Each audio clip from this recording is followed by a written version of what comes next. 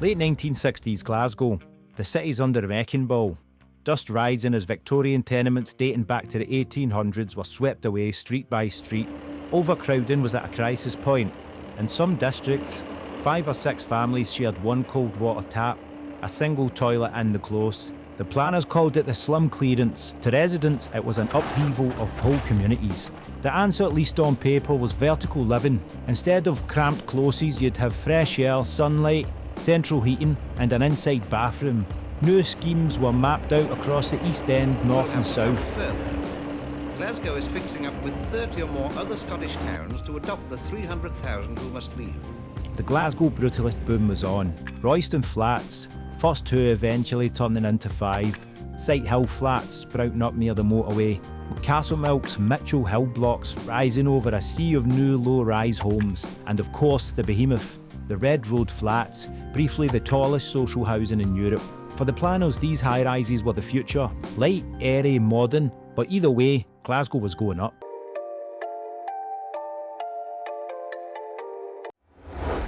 Built in 1967 to 68, the Gallowgate Twins were designed by David Harvey and Alex Scott and Associates.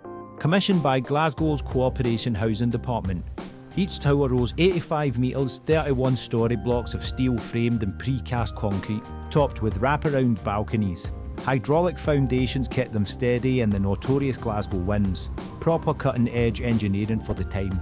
The flats were a revelation. Families leaving cramped, damp tenements now had inside bathrooms, hot water, central heating, kitchens of their own. Lifts carried residents to dizzying heights and balconies offered a fresh perspective on the city. For a few magical years, the towers weren't just buildings, they were a symbol of post-war ambition.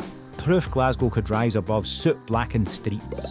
Kids ran through the communal yards. Neighbours helped each other with shopping, and families laughed unpacking furniture in their new spacious homes. Life in the sky felt like hitting the jackpot, modern, bright and full of possibility.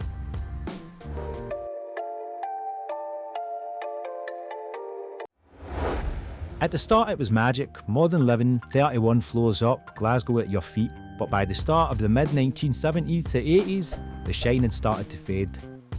The same concrete and steel that felt space age in 68 was already showing its age. Rain hammered in, balconies rusted, and the lifts that once felt like a thrill ride became a nightmare when they broke down, with somebody inside hitting the alarm button for hours. The big selling points, wraparound balconies, communal landings, open stairways, turned into hazards. Dark, freezing, echoing with wind, and nobody came to fix things quickly.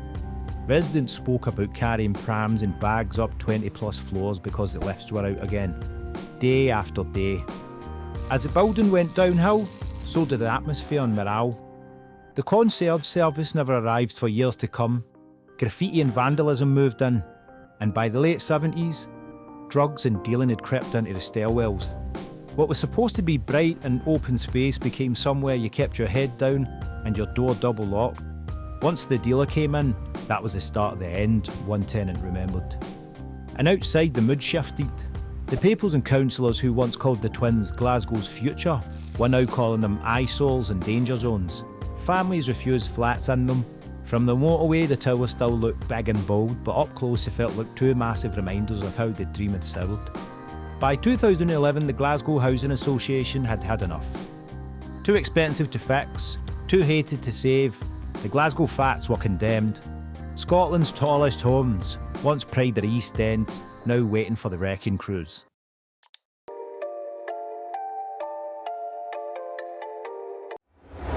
There'd be no wrecking ball and no Sunday morning implosion. The flats sat too tight to the North Clyde line, Duke Street and the Gallowgate. One wrong bang and you'd be scattering concrete across half the East End. So the job went to SafeDem, the same crew that flattened the Red Road and many others. This time they needed something new. They hauled up a massive steel platform and bolted it to the top of Bluevale, a demolition rig as big as a football pitch. From there, workers began peeling the building down like a giant concrete onion. Walls stripped, balconies craned off, steel cut and hoisted down. Floor by floor the tower shrank. A slow motion implosion in reverse. They called it top-down way, the first time in Britain anyone had dismantled towers like this. Bluevale started its disappearing act in 2015, Whitevale followed in 2016.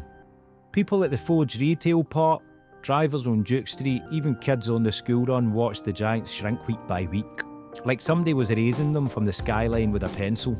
It was slow, it was quiet, but it worked. No clouds of dust, no shockwaves, and the innovation didn't go unnoticed.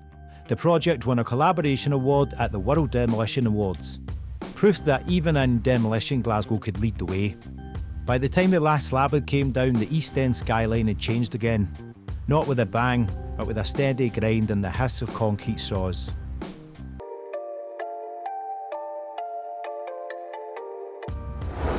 Funny thing is, while they were coming down with the Red Road already being demolished, the G-Gate flats crept back into the top spot. For a wee while in 2015 and 16, even as the crews stripped them floor by floor, Bluevale and Whitevale were once again Glasgow's tallest towers. A strange comeback, built as Scotland's highest homes, condemned as a concrete mistake, and now, even in their death, back on top. By the time the last tower came down, the streets beneath had changed.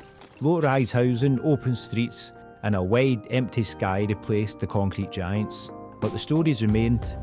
Prams dragged up broken lifts, first Christmases in the clouds, to the junkies in the stairway, memories etched into the East End forever.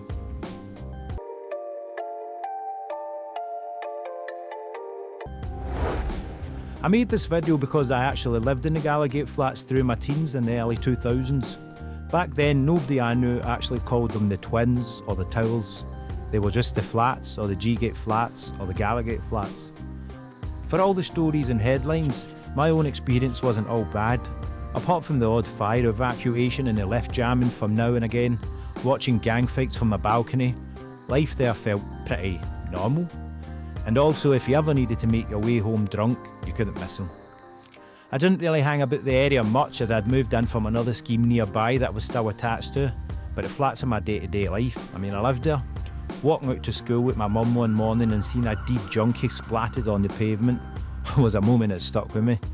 Though police were everywhere, blue lights flashing, the kind of scene you don't forget.